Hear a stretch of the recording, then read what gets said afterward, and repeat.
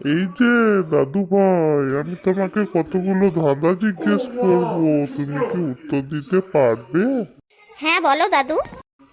বলো তো, কতর থেকে কি বাদ দিলে কত থাকে? আহ, উম, দাদু তুমি বলো, আমি পারবো না এটা। দাদু ভাই, কত কতর, এখান থেকে বাদ দিলে তো কত হয়? দাদু আর একটা ধাঁধা জিজ্ঞেস করো না, এবার আমি ঠিক বলতে পারবো, প্লিজ প্লিজ প্লিজ।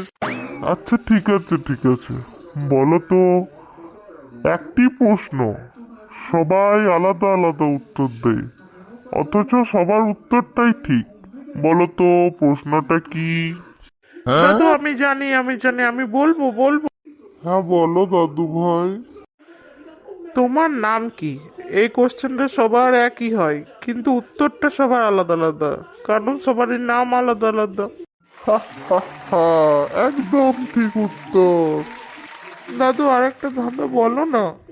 আচ্ছা দাদু ভাই, আমি তোমাকে আর একটা কথা জিজ্ঞেস করব, এরপর তোমাকে ঘুমাতে যেতে হবে কিন্তু।